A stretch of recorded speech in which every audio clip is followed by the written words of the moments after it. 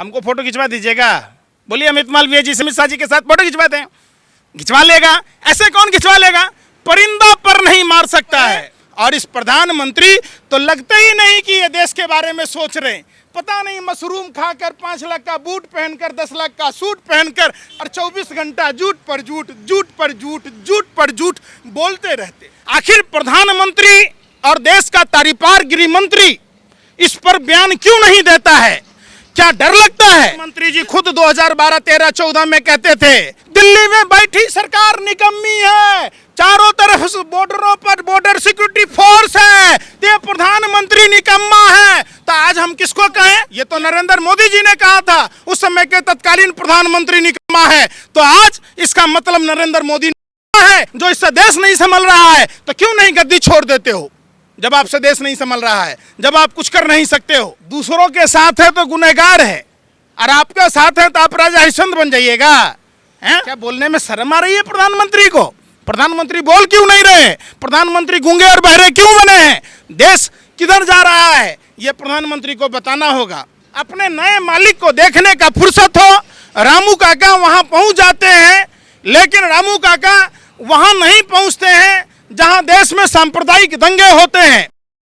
एक photo viral भी होती है। सबसे पहले मेरा यही सवाल कि उदयपुर की घटना को लेकर के आपके मन में क्या कुछ चल रहा है? देखिए, नुपुर शर्मा कौन? भाजपा समर्थक, भाजपा के प्रवक्ता, लॉ की हुई। तो समझिए कि ये कोई संयोग नहीं है, ये प्रयोग है कि लॉ की टॉपर छात्रा जो भारतीय जनता पार्टी की राष्ट्रीय प्रवक्ता, उसके मुंह से ऐसे तो नहीं निकल सकता, कोई आम आदमी तो है नहीं। दूसरा बात, कन्हैया लाल कौन?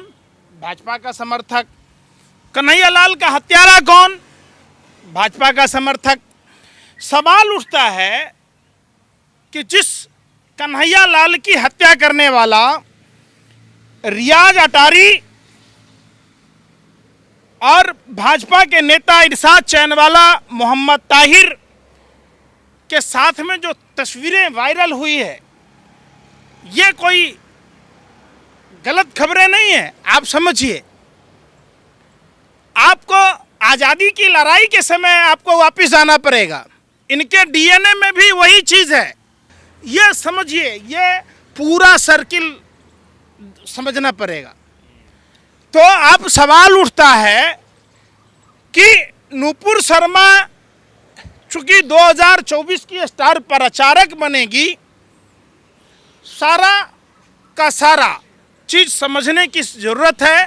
कपड़ों से पहचानिए, व्यंजन से पहचानिए के बाद अपार सफलता, ये नुपुर शर्मा के बयान की बात है। नुपुर शर्मा के बयान के बाद जिस तरीके से कन्हैया लाल की हत्या हुई और हत्या में शामिल लोग अगर वहां राजस्थान की सरकार अविलंब गिरफ्तार नहीं करती, तो जिस तरीके से पूरे देश में इन लोगों ने प्रचारित किया है, कल मैं शकूरपुर में देखा कुछ लोग भगवा झंडा लगाकर लोग क्या क्या नारे लगा रहे थे, क्या बताऊं। ये कहना है कि जो है कोई भी आकर के नेता के साथ फोटो खिंचा लेता है, तो ये तो कोई बात नहीं हुई। हमको फोटो खिंचवा दीजिएगा। बोलिए अमित मालवीय जी शाह जी के साथ फोटो खिंचवाते हैं, खिंचवा लेगा। ऐसे कौन खिंचवा लेगा? परिंदा पर नहीं मार सकता है। समझिए, जब तक आप अपने लोगों को कैसे रोक लीजिएगा, दूसरा कैसे आ जाएगा। और तालिब हुसैन जम्मू अल्पसंख्यक मोर्चा के आईटी सेल और सोशल मीडिया का प्रभारी कौन है भैया? कौन बताएगा? नहीं, आप इस मुद्दे पे आ जाइए ना। अरे मुद्दे पर ही बता रहा हूं भाई। जो फोटो वायरल हो रहा है उसको लेकर के बीजेपी ने तो नकार दिया ना। बीजेपी के नकारने से क्या होगा? क्या होगा नकारने से? ये लोग डिवाइड एंड रूल गोरे अंग्रेजों की पॉलिसी थी, उसी पॉलिसी को अपना आइडियोलॉजी मानते हैं। अंग्रेज नहीं चाहता था कि देश आज़ाद हो, और देश आज़ादी के बाद ये नहीं चाहते कि देश आज़ाद रहे। ये इन लोगों की मंशा अगर साफ रहती, वही बात है उदयपुर का। नहीं। जो भाजपा के ये नेता जिसने कन्हैया लाल की हत्या की, ये भाजपा नेताओं के संपर्क में रहने वाले लोग, ये जांच का विषय और गहन जांच का विषय है। संयुक्त संसदीय समिति से इसकी जांच कराई जानी चाहिए कि भाजपा के लोग देश को किधर ले जा रहे हैं।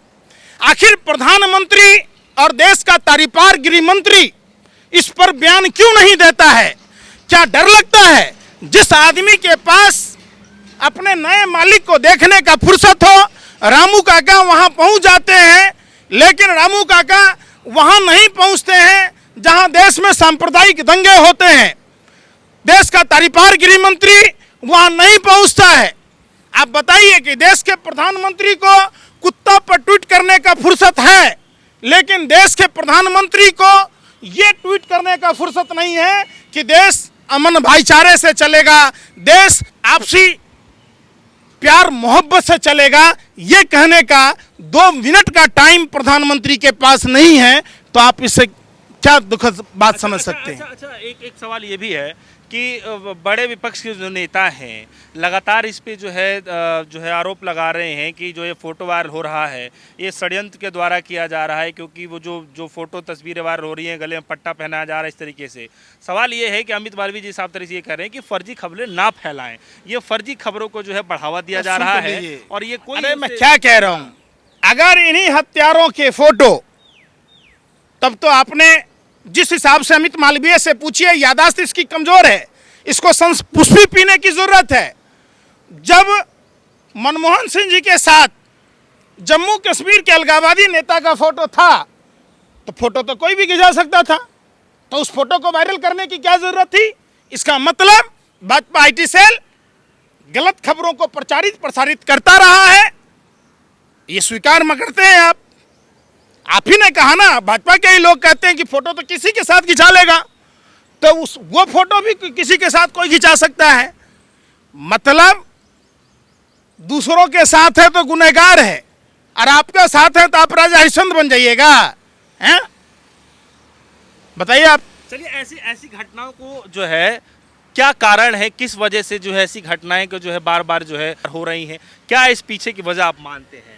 देश के सबसे कमजोर प्रधानमंत्री, विनाशकारी प्रधानमंत्री नरेंद्र मोदी और देश के तारीपार गृह मंत्री का चुप्पी साध लेना ही इस तरीके के वारदात को बल मिलता है। प्रधानमंत्री को अपना 56 इंची का सीना दिखाते हुए प्रधानमंत्री को सोशल मीडिया के तमाम प्लेटफॉर्मों से और देश के नाम संबोधन से जो सांप्रदायिक सौहार्द बिगाड़ने वाले देशद्रोही लोग हैं, जो अपने ही देश को गर्त में ढकेल रहे हैं, उन सभी के खिलाफ प्रधानमंत्री को बोलना चाहिए। जिस प्रधानमंत्री को इतनी बोलने की आदत हो, जो हर बात में कहता हो भाइयों बहनों मित्रों, वो प्रधानमंत्री आज क्यों नहीं बोल रहा है कि भाइयों बहनों मित्रों ये देश अमन भाईचारा से चलेगा? क्या बोलने में शर्म आ रही है प्रधानमंत्री को? प्रधानमंत्री बोल क्यों नहीं रहे? प्रधानमंत्री गूंगे और बहरे क्यों बने हैं? देश किधर जा रहा है, यह प्रधानमंत्री को बताना होगा। आप ये कह रहे हैं संजोग, आपको लेटर दिखाऊं ये कि जिस तालिब हुसैन जो जम्मू के अल्पसंख्यक मोर्चा के आईटी और सोशल मीडिया सेल का प्रभारी बनाया गया था, भाजपा ने उसको कैसे लेटर बजावते लेटर इशू किया है, ये क्या संजोग मात्र है? कौन है तालिब हुसैन? आप बताइए कौन है तालिब हुसैन? जहांगीरपुरी में जो दंगे हुए वो भाजपा नेताओं के साथ था, तो ये क्या संजोग है? ध्रुव सक्सेना जो भारत की खुफिया जानकारी, जो कैलाश विजयवर्गीय का राइट हैंड है, ध्रुव सक्सेना, क्या ये संजोग है? कैसी बात कह रहे हैं आप बताओ। एटीएस ने कई उसके टेलीफोन टावर पकड़े, ये क्या संजोग थे? चलिए, तो अब आपके मन में क्या चल रहा है? हालांकि आप प्रधानमंत्री मोदी जी के ऊपर जो है आप कह रहे हैं कि चुप्पी है, और लोग बाग ये भी सवाल उठा रहे हैं कि चुप्पी आखिर क्यों है। मैं तो नहीं सवाल- कहता, हाँ, प्रधानमंत्री जी खुद 2012, 13, 14 में कहते थे, भाइयों एवं बहनों, मित्रों, दिल्ली में बैठी सरकार निकम्मी है, चारों तरफ से बॉर्डरों पर बॉर्डर सिक्योरिटी फोर्स है, ये प्रधानमंत्री निकम्मा है। तो आज हम किसको कहें कि ये प्रधानमंत्री नहीं है? मैं कह रहा हूं, ये तो नरेंद्र मोदी जी ने कहा था, उस समय के तत्कालीन प्रधानमंत्री निकम्मा है। तो आज इसका मतलब नरेंद्र मोदी निकम्मा है, जो इससे देश नहीं संभल रहा है। तो क्यों नहीं गद्दी छोड़ देते हो जब आपसे देश नहीं संभल रहा है, जब आप कुछ कर नहीं सकते हो? मैं नहीं कह रहा, ये खुद देश के प्रधानमंत्री नरेंद्र मोदी ने कहा है।